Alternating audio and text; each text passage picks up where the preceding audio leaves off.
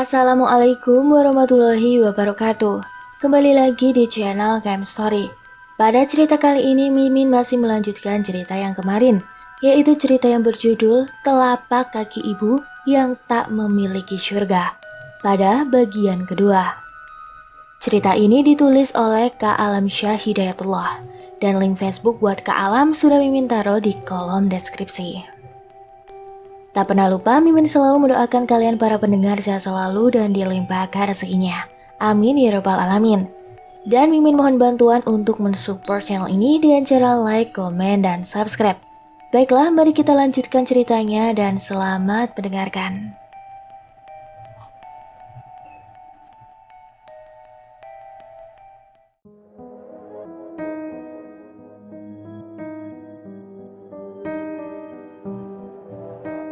Kalau saja adikku tak menahan ibu, mungkin aku sudah menerima banyak siksaan. Hingga akhirnya ibu menghentikan amarahnya karena melihat adikku yang juga ikut menangis, memohon belas kasih ibu agar segera memaafkanku.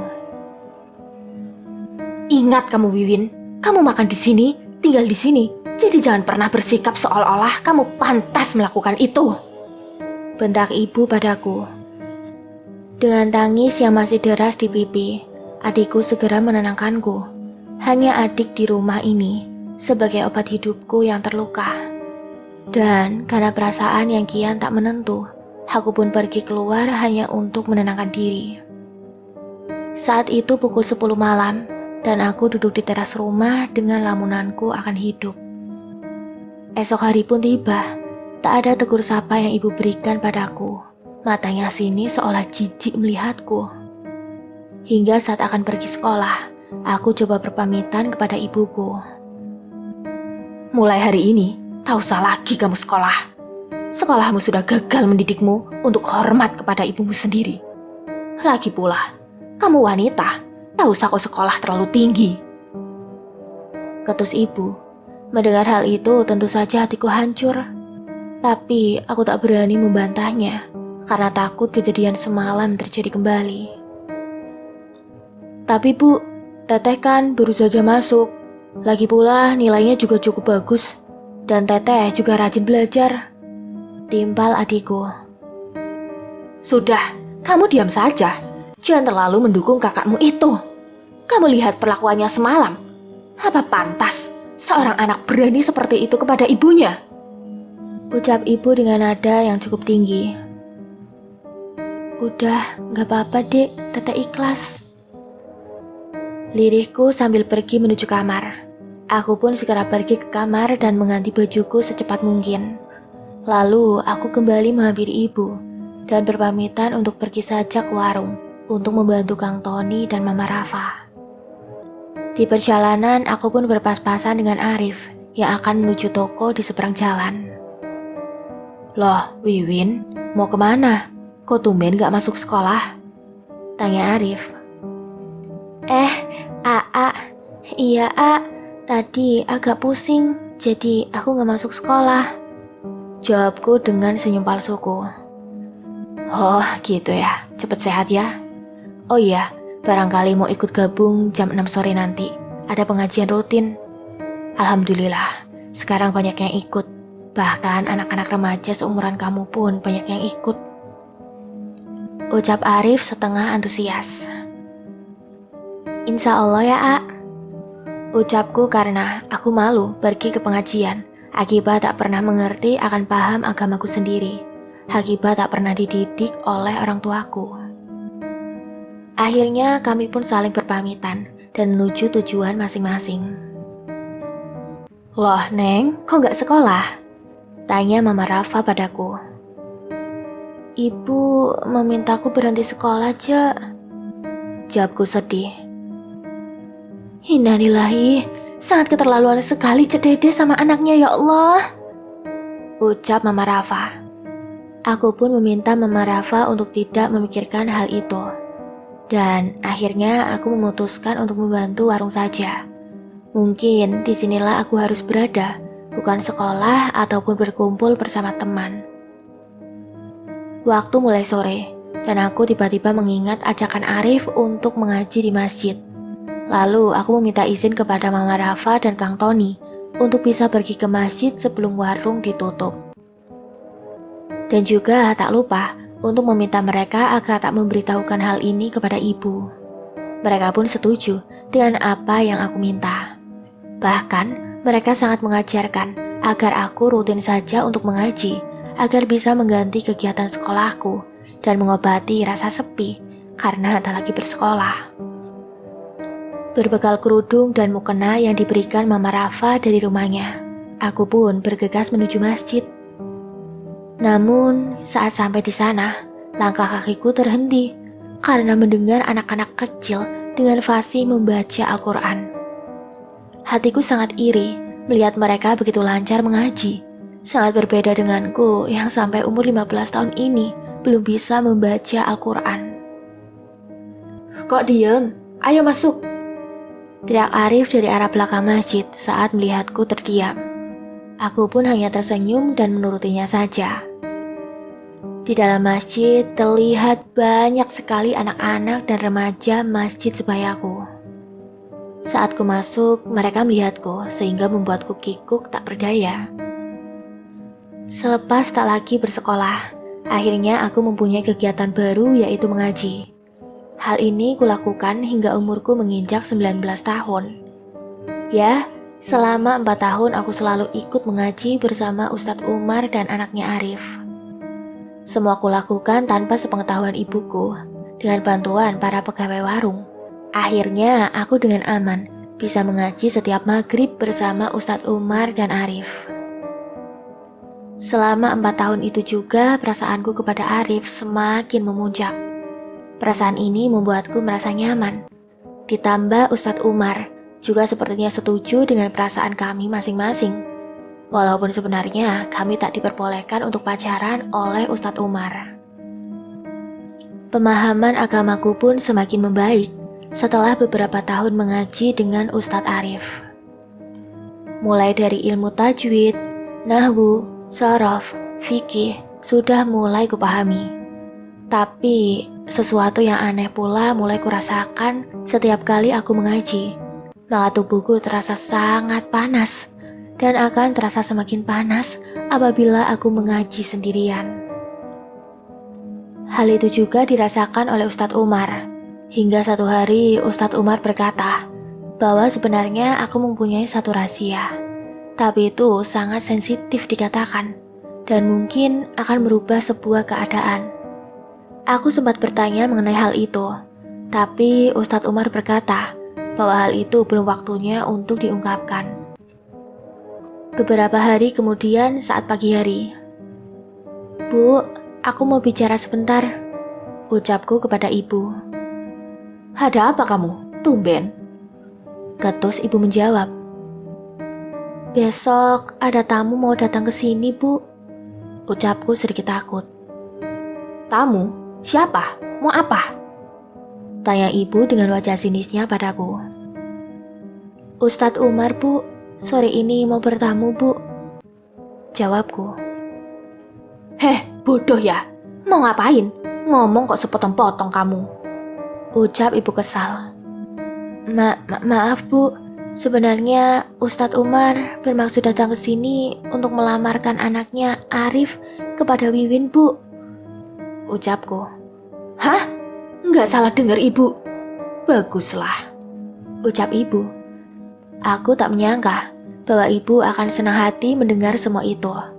Dengan wajah tak percaya, aku pun kembali bertanya untuk memastikan kembali. Ibu jadi setuju, Bu?" tanyaku antusias. "Iya, seneng lah. Jadi ibu nggak ada lagi beban buat ngasih kamu makan. Nggak perlu pusing lagi lihat kamu tiap hari. Tak kusangka, anak sialan sepertimu ada yang menginginkan juga," ketus ibu. Walau sedikit sakit, aku mendengar perkataan ibuku. Tapi setidaknya apa yang aku takutkan ternyata tak terjadi. "Sudah, kamu segera ke warung sana. Bantu dulu di warung sebelum sore kamu cepat pulang," ucap ibuku. Dengan perasaan senang, aku pun segera menuruti perintah ibu. Setibanya di warung, aku pun tak lupa memberitahu semua pegawai warung dan mereka pun turut gembira mendengar hal ini. Sepanjang siang senyumku selalu terpanjang di bibirku, mengingat hari ini Arif akan melamarku. Hingga akhirnya waktu yang kutunggu datang, dan aku mulai bergegas pergi ke dalam rumahku. Tapi, kulihat pula sebuah mobil terparkir di halaman rumahku, dan setelah aku buka pintu rumahku.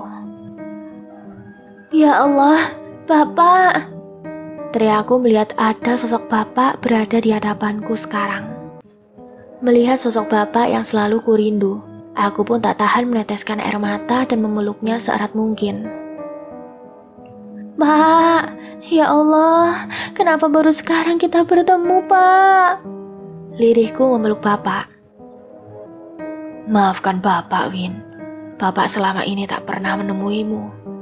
Sekali lagi Bapak minta maaf, Win. Ucap Bapak padaku. Ibu pun ada di depan Bapak tanpa ekspresi apapun. Bapak dengar kamu ada yang mau melamar. Bapak senang dengarnya. Tanya Bapak. Aku pun menjelaskan perihal lamaran tersebut ke Bapak dengan panjang lebar, seolah ingin mengeluarkan semua hal yang kupendam selama ini. Wajah Bapak hanya tersenyum, namun mengiyaratkan sesuatu yang masih ditutupi. Ada hal yang mesti kamu tahuin, timpal ibu. Aku pun segera mengarahkan wajahku kepada ibu, dengan wajah penuh harap akan apa yang akan dikatakannya. Kamu harus tahu yang sebenarnya, Win. Sebentar lagi kamu mungkin akan segera menikah. Tapi ada satu hal yang sekarang harus kamu ketahui. Bagi wanita, apabila akan menikah, wajib bagi seorang ayah untuk menjadi wali saksinya. Tapi karena hal ini, ibu mau memberitahukan kamu bahwa sebenarnya bapakmu bukanlah bapak yang ada di depanmu, Win.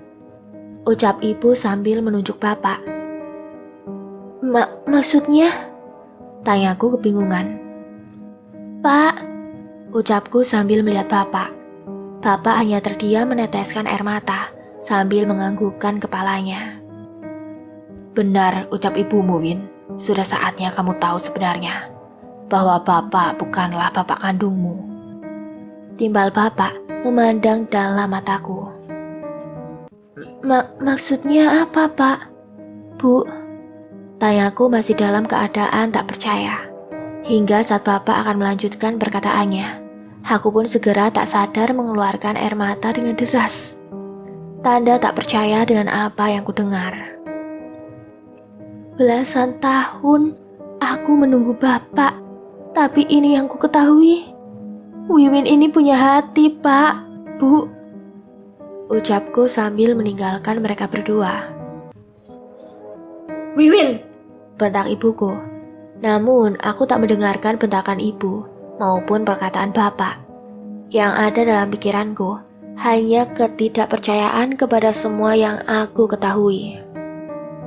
Aku pun terus berlari mengikuti langkah kakiku yang entah pergi kemana, hingga aku berhenti di masjid, di mana aku sering mengaji bersama Ustadz Umar.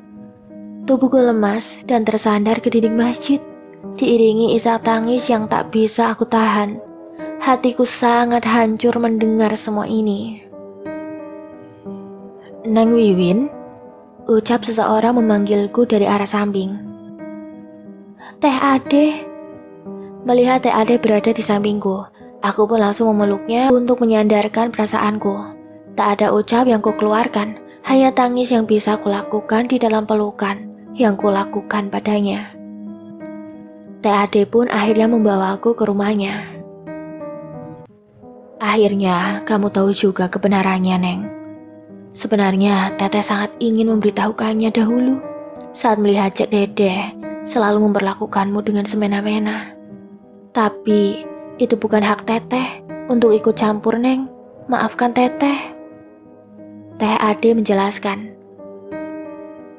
Jelaskan semua yang Teteh tahu. Aku mohon. Pintaku memelas. Sebenarnya ayah kandungmu bernama Kang Rohan. Dulu sekali, Kang Rohan merupakan salah satu orang terpandang di kampung ini. Bisa dibilang Kang Rohan cukup berada dari segi materi. Hingga satu waktu, Kang Rohan tertimpa musibah dan akhirnya semua kekayaannya habis untuk menutupi musibah tersebut. Kang Rohan mengalami kecelakaan yang membuat kakinya tak bisa berjalan. Dan untuk biaya pengobatan, semua hartanya habis begitu saja. Kecelakaan itu terjadi saat umurmu 9 bulan, Neng. Hingga akhirnya ibumu tak kuat menerima kenyataan itu dan meninggalkan ayahmu. Lalu tak lama, keadaan sakit Kang Rohan ditinggalkan begitu saja oleh Cek Dedeh dan menikah dengan teman Kang Rohan yang bernama Kang Junaidi, yang kamu anggap bapak kamu, Neng. Lalu Cek Dedeh dengan rasa tak bersalah mendatangi Kang Rohan yang tengah sakit bersama Kang Junaidi untuk meminta restu agar mereka bisa menikah dan meminta Kang Rohan menceraikannya. Kang Rohan yang pada dasarnya memang sangatlah baik, ternyata merestui mereka dan menitipkan kamu kepada Kang Junaidi. Kang Junaidi sebenarnya merasa bersalah, namun rasa cintanya kepada ibumu menutupi pikiran Kang Junaidi waktu itu. Ucap Teh Ade menjelaskan, semakin hancurlah hatiku mendengar penjelasan Teh Ade.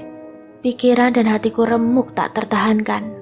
Air mataku semakin mengalir deras. Terus, kenapa sikap ibu sangat membenciku, Teh? Tanyaku kembali. Karena kebencian dan hati kotor Cek Dedeh kepada Kang Rohan yang dianggapnya tak bisa membahagiakannya, Neng. Ibumu menikah dengan Kang Rohan karena hartanya, sehingga saat Kang Rohan jatuh miskin, ibumu meninggalkannya. Dan kamu, Neng, mewarisi wajah Kang Rohan. Dan itu yang membuatnya sangat benci padamu. Tambah Teh Ade. Sungguh tak percaya yang ku dengar ini. Setega itukah ibu kandungku kepadaku?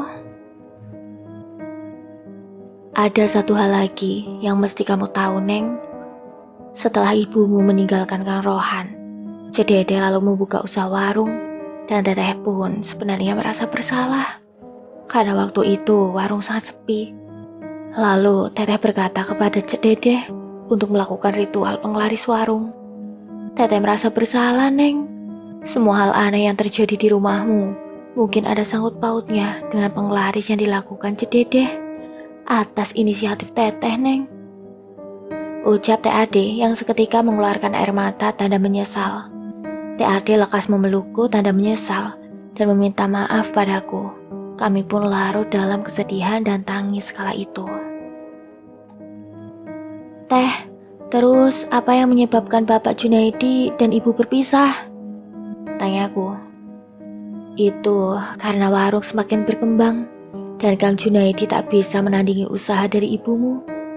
Ibumu sangat berharap Kang Junaidi bisa lebih baik dari Kang Rohan. Namun, semua itu tak didapatkan ibumu, Neng. Jawab Teh Ade. Berulang kali Teh Ade terus meminta maaf akan perilakunya yang dulu mengajak Cek Dedeh untuk melakukan ritual penglaris. Masih dalam keadaan saling berpelukan dan derai air mata, aku pun memaafkan Teh Ade. Sebenarnya, apakah bapak kandungku masih hidup, Teh? Tanyaku. Sambil mengusap air mata, Teh Ade berkata bahwasanya bapak kandungku tak lama meninggal dunia setelah berpisah dengan Cek Dedeh dan dimakamkan di kampung halamannya di daerah Pajeugang, Sukabumi. Neng, baik buruknya kenyataan yang Neneng terima sekarang. Alangkah baiknya Neng Wiwin pulang saja. Yang sudah biarlah berlalu, Neng. Apalagi besok Neng Wiwin akan dilamar Arif. Teteh sangat mendukung Neng Wiwin menikah dengan Arif. Orangnya baik, tidak pernah berbuat macam-macam selama ada di kampung kita. Ucap Teh Ade. Hatiku sedikit lega dengan perkataan Teh Ade. Lalu tangisanku usap, dan aku pun pergi dengan sedikit senyum ke arah Teh Ade. Ya Allah, Wiwin! Teriak Bapak Junaidi melihatku pulang kembali sambil memelukku. Aku, ibu, dan bapak kini duduk di dalam rumah. Tak tahu diri kamu, Wiwin. Orang tua mau bicara, kamu pergi begitu saja. Bentak ibu padaku. Sudahlah Dedeh, Wiwin baru balik lagi. Jangan kau selalu marah-marah dan terus marah. Ucap bapak sedikit meninggi mendengar bentakan dari ibu padaku. Maka perbincangan pun berlanjut. Aku pun menjelaskan bahwasanya aku sudah mengetahui masa lalu bapak Junaidi dan ibu. Meskipun aku tidak memberitahu dari mana aku mendapatkan semua itu. Benar Win, bapak memang bukan bapak kandungmu. Tapi demi Allah, bapak sangat sayang sama kamu. Bapakmu Kang Rohan, dulu teman sejawat bapak. Kami selalu bersama susah dan senang. Sejak kecil, kamu sudah diamanahkan oleh bapakmu untuk menjagamu. Setiap saat bapak dan ibumu sepakat untuk menikah. Ucap bapak menjelaskan. Bapak juga setiap bulan mengirimkanmu dan adikmu uang untuk keperluan sekolahmu dan uang jajanmu, Win. Tambah bapak. Uang jajan? Uang sekolah? Tanyaku dalam hati dan langsung melihat ibuku seketika. Namun, aku tak berani mengatakan bahwasanya aku tidak pernah diberi uang sepeser pun selama ini oleh ibu. Ibu yang mendengar bapak mengatakan itu hanya bisa memalingkan muka, seolah tak suka bapak mengatakan hal tersebut. Akhirnya kami pun bersepakat untuk menerima pertemuan lamaran esok hari. Singkat cerita, waktu yang telah ditunggu tiba. Arif bersama Ustadz Umar dan istrinya yang bernama Bu Lim kini telah ada di hadapan keluargaku untuk membicarakan lamaran itu. Panjang lebar kami berbincang dengan basa-basi khas orang Sunda, hingga akhirnya inti pembicaraan pun mulai menuju arah pokok pembicaraan, yaitu mengenai lamaran. Panjang lebar ibu dan bapak berbicara, dan akhirnya pihak Ustadz Umar bertanya mengenai uang pernikahan dan mahar yang akan diminta oleh pihak keluarga kami. Ustadz Umar telah bertanya mengenai jumlah yang mungkin diminta oleh pihak keluargaku. Namun, demikian bukan maksud bahwa Ustadz Umar adalah orang yang berada. Aku tahu betul keluarga Ustadz Umar bukanlah dari golongan orang yang sangat mampu. Tapi meski demikian, secara ekonomi mereka juga bukan termasuk orang yang tidak memiliki apa-apa. Sampai akhirnya bapak menjawab pertanyaan Ustadz Umar dan berkata bahwasanya bapak dan keluarga sangat senang dengan maksud lamaran ini. Tapi belum juga bapak selesai dalam jawabannya. Ibuku tiba-tiba sedikit memotong pembicaraan kami yang membuatku sedikit tak percaya. Maaf sebelumnya, saya selaku ibunya Wiwin juga sangat senang mendapatkan lamaran ini. Sebelumnya juga Wiwin sudah memberitahu maksud dan tujuan lamaran dari Arif anak Ustadz Umar. Tapi kalau boleh saya memberi saran, saya sangat berhak memberikan jumlah mahar dan uang pernikahan yang mesti ditentukan. Untuk mas kawin, bolehlah Arif dan Wiwin yang menentukan. Tapi maaf sekali, kalau untuk uang pernikahan, kami akan menerima lamaran ini bila pihak Pak Ustadz memberi kami uang sejumlah 50 juta. Ucap ibu kepada pihak Ustadz Umar. Mendengar hal tersebut, suasana seketika sedikit menghening. Aku pun tak percaya ibu bisa berkata demikian. Rasa marah, kecewa, dan muak mulai menyeruak kembali di dalam hatiku. Sama halnya dengan bapak yang seketika melihat ibu dengan tatapan marahnya, yang waktu itu masih dapat tertahankan oleh hadirnya pihak Ustadz Umar. Pihak Ustadz Umar lalu meminta ibu kembali memikirkan syarat yang diberikan. Bagi mereka, uang sebesar itu cukup memberatkan. Tapi nahas, perbincangan kami belum menemukan titik temu yang pada akhirnya pihak Ustadz Umar pamit kembali dan akan kembali datang ke sini apabila ada perubahan kebijaksanaan dari ibu. Aku dan Arif hanya bisa saling memandang sedih. Tak kusangka ibu akan setega itu kepada pihak Ustadz Umar. Aku pun akhirnya hanya bisa terdiam melihat mereka pergi meninggalkan rumah kami. Apa-apaan kamu, Dedeh? Sudah baik mereka melamar Wiwin, kamu malah minta yang macam-macam. bentak bapak setelah Ustadz Umar pergi dari rumah kami. "Tega, ibu tega!" teriakku sambil berlari pergi menuju kamar. "Teh Wiwin," ucap adikku saat aku berlari meninggalkan mereka. Brak! Pintu kamarku kututup sekeras mungkin, dan aku pun melanjutkan tangisanku di atas ranjang tidurku. Masih kudengar teriakan bapak dan ibu yang saling bersahutan beradu pendapat. Suasana semakin kacau di rumahku. "Gila kamu, Dedeh. Setega itu kamu sama anak sendiri. Kamu pikir ini masalah jual beli, ha?" teriak bapak. "Tahu apa kamu, Kang? Wiwin anakku sudah sewajarnya. Sebagai ibunya aku meminta uang sebesar itu. Kamu itu cuma bapak tiri, Kang. Jangan seolah-olah kamu berhak atas hidup Wiwin. Ngaca kamu, Kang," balas ibu membentak bapak. Suara bapak dan ibu sangatlah kencang. Aku hanya dapat mendengar perkataan mereka sedikit saja. Karena waktu itu aku tutup telingaku seerat mungkin agar aku tak mendengar pertengkaran mereka. Adikku datang menghampiriku untuk segera menenangkanku. "Teh Wiwin," ucap adikku. Tapi tentu jelas sekali, aku tak ingin ditanya oleh siapapun saat ini.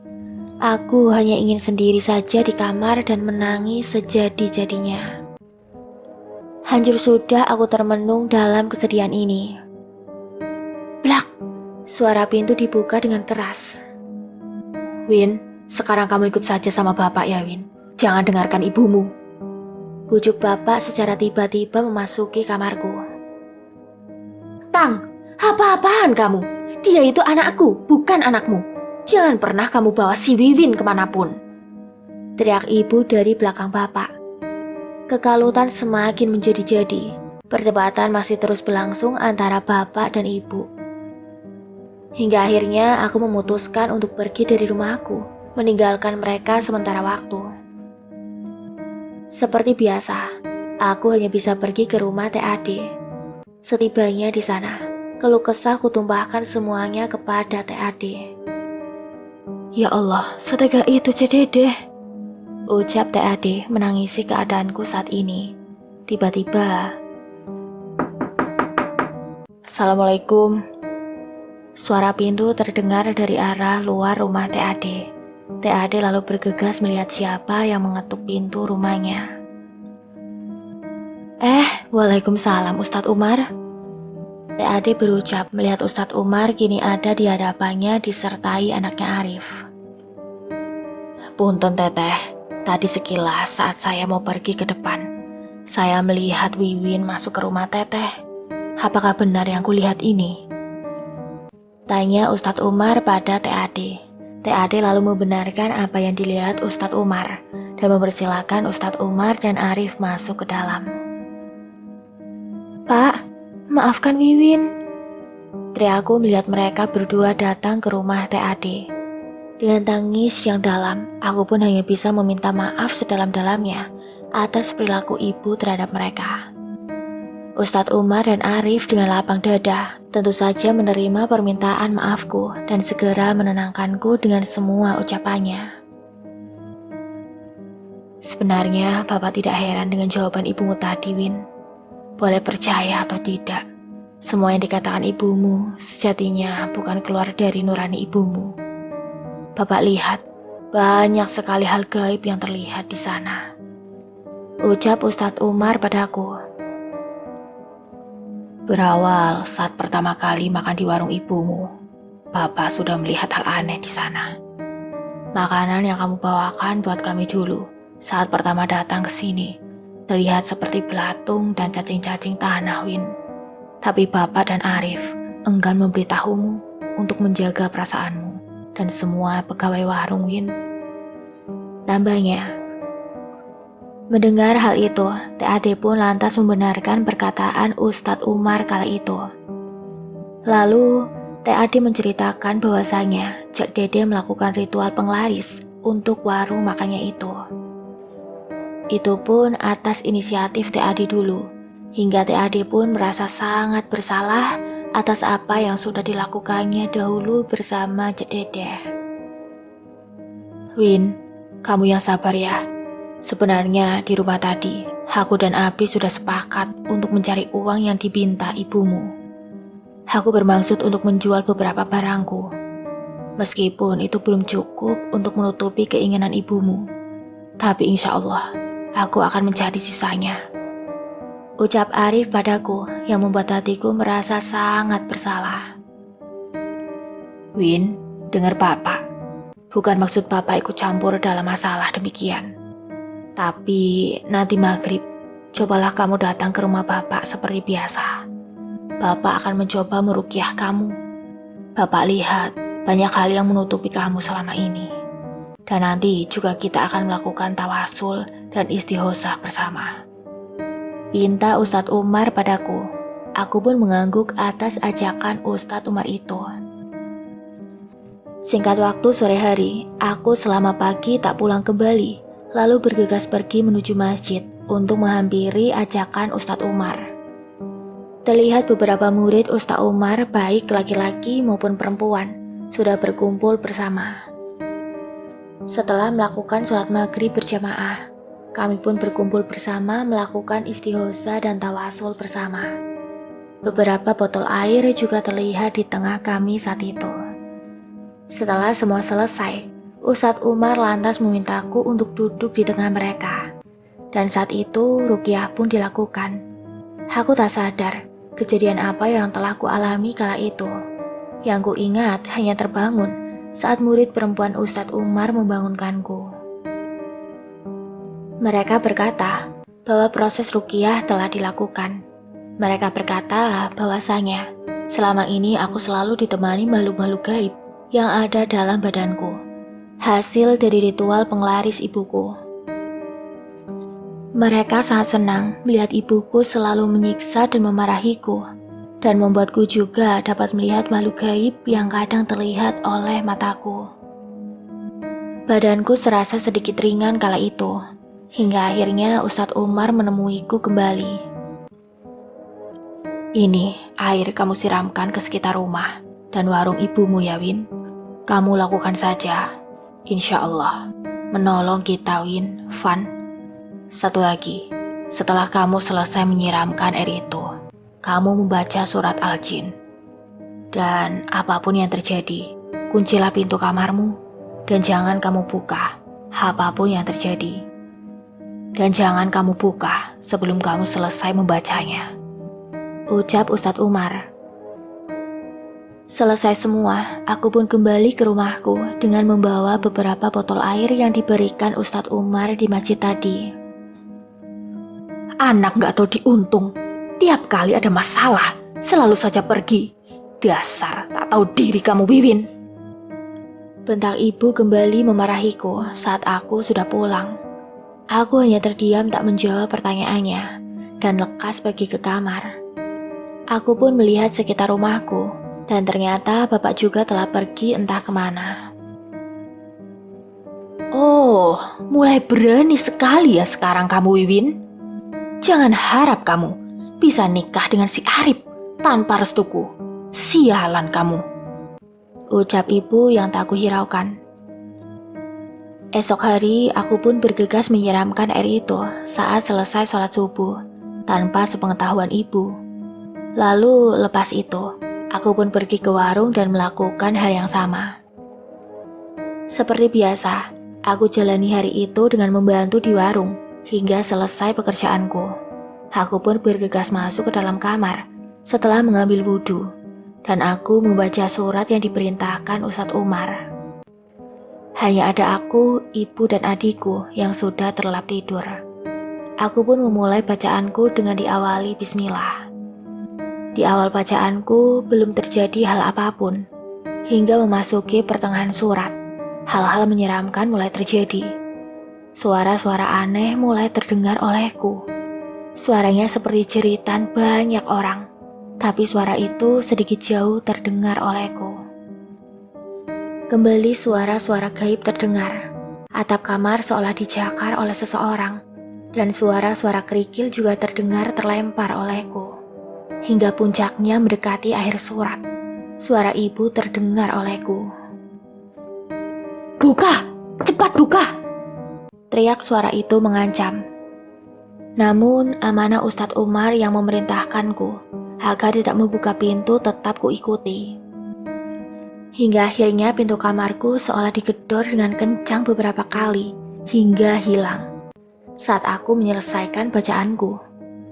Sebenarnya aku sangat takut kala itu, tapi kesedihan dan pikiranku selama ini membuatku kuat menghadapi semua hal tersebut.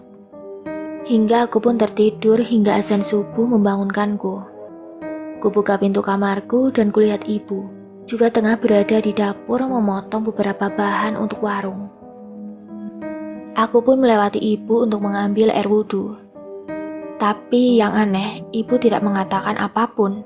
Padahal waktu malam seingatku, ibu memanggil-manggilku dengan keras. Jadi siapa yang berteriak semalam? Pikirku.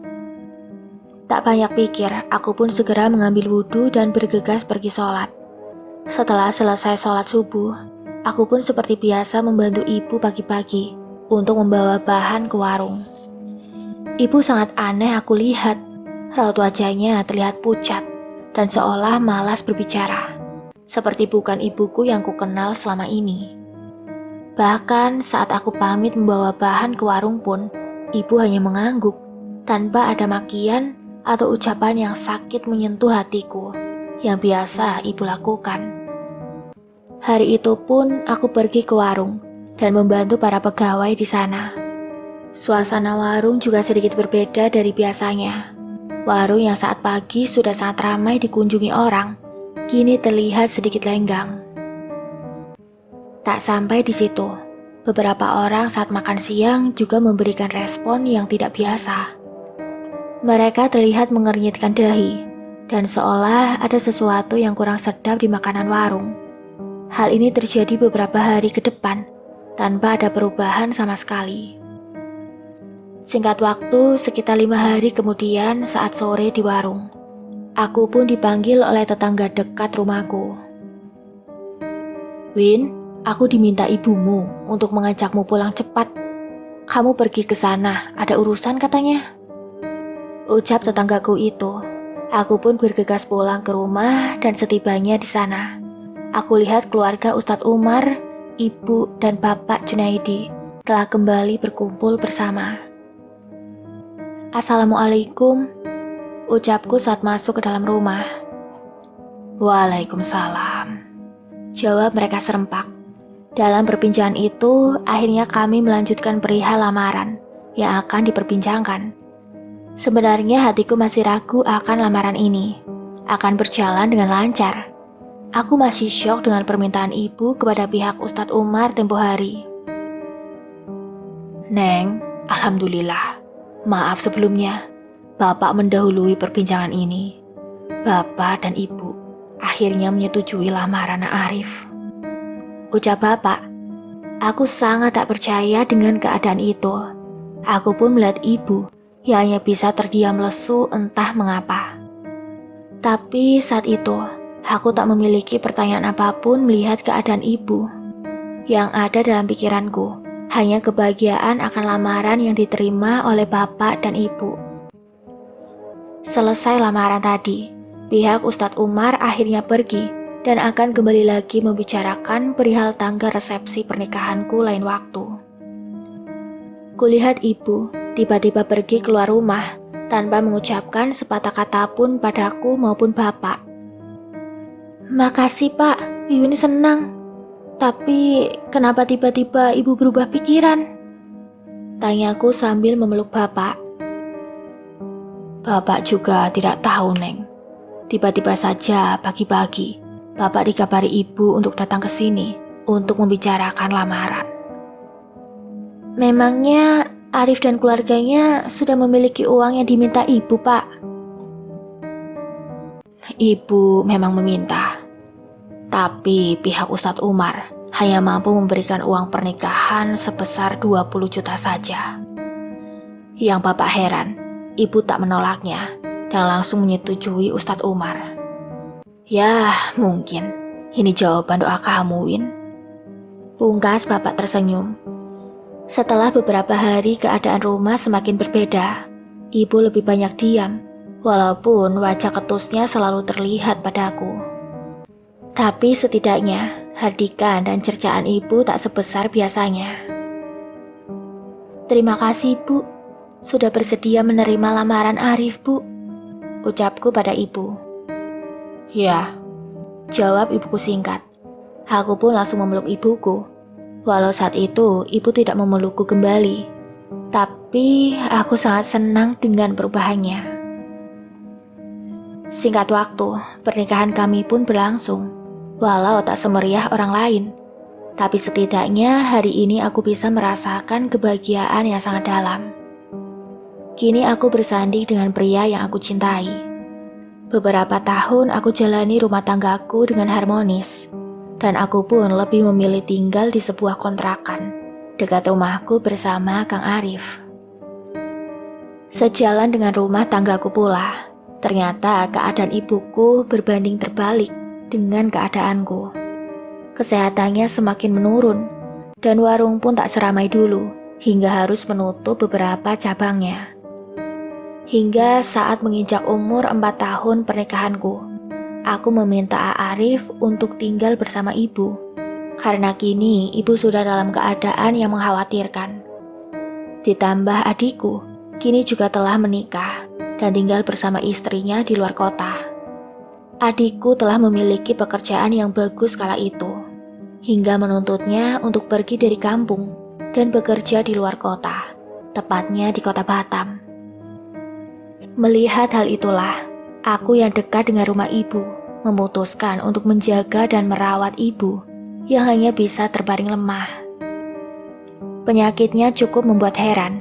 Beberapa kali dokter tak memberikan jawaban pasti akan penyakit yang diderita oleh ibuku. Hingga akhirnya beberapa tahun aku mengurus dan merawat ibu. Warung kini telah bangkrut total, tak ada satu orang pun yang melanjutkannya. Keadaan ibu semakin kritis hingga umurku menginjak 32 tahun. Dan tepat tanggal 27 Januari 2021, ibuku meninggal dunia. Namun, sehari sebelum ibuku meninggal, beliau tiba-tiba meminta maaf padaku atas semua perilakunya selama ini. Maafkan Ibu Win, sudah sangat kasar selama ini padamu. Sejatinya ibu keras padamu, agar kamu bisa mengerti pedihnya hidup dan tidak mudah terpengaruh kehidupan ini. Tapi ibu telah salah jalan, sampai-sampai ibu berbelok dari tujuan awal dan mulai membencimu karena kamu mirip dengan mendiang ayahmu. Tak pantas surga di bawah kakiku, Win. Ucapnya lirih. Wiwin maafkan, Bu. Tapi ibu jangan berkata demikian. Walau ibu menganggap surga tak ada di bawah kakimu, tapi Wiwin akan menganggap baktiku kepada ibu sebagai surgaku, Bu. Maafkan Wiwin, selama ini tak bisa menjadi anak yang berbakti pada ibu. Jawabku menangis. Dan itulah perbincangan terakhirku bersama ibuku. Selesai. Inilah cerita akhir dari telapak kaki ibu yang tak memiliki surga. Semoga cerita ini menjadi pembelajaran untuk kalian. Tunggu cerita lainnya di video selanjutnya. Mimin pamit undur diri. Wassalamualaikum warahmatullahi wabarakatuh.